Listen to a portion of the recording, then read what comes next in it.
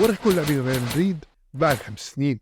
فينيسيوس بعده مكمل مع ريال مدريد، رودريجو برضه كمان مكمل، وعندك امبابي شيء كثير غريب انه بعده مكمل، بس اندريك انتقل لبايرن ميونخ، وفالفيردي حاليا بيلعب مع انتر ميلان، وتشاوميني اخيرا انتقل لليفربول، وكمان فينجر رايح لنيوكاسل شيء كثير غريب. بس الاسطوره بلينغهام بعد بيلعب مع ريال مدريد. لوكا مودريتش اكيد اعتزل بعمره 55. اذا احنا بنتذكر داني سيبايوس فهو حاليا بيلعب مع موناكو، ابراهيم دياز مكمل مع فالنسيا حاليا، اردا جولر مكمل مع ريال مدريد، وروديجير قرر انه يرجع لتشيلسي، وروما قدر انه يتعاقد مع ميليتاو. كارفاخال بيكون بيلعب مع الميلان وراح يعتزل بنهايه السنه، وهيك بيكون دفاع مدريد عباره عن ديفيد ألابا. فيرلان مندي راح لفياريال، عندك فران غارسيا راح لليدز يونايتد، والاسطوره حليم فياخو بيلعب مع نادي صدقا ما بعرف شو هو، يعني هو انا اكتشفت انه نادي برتغالي بس. والاسطوره لوكاس فاسكيز مكمل المجد مع ريال مدريد وراح يعتزل نهايه الموسم. كورتوا مكمل مع مدريد، بالاضافه انه لونين بيلعب مع فيورنتينا. ايش اللي بتحبوا نحكي عنه بالفيديو الجاي؟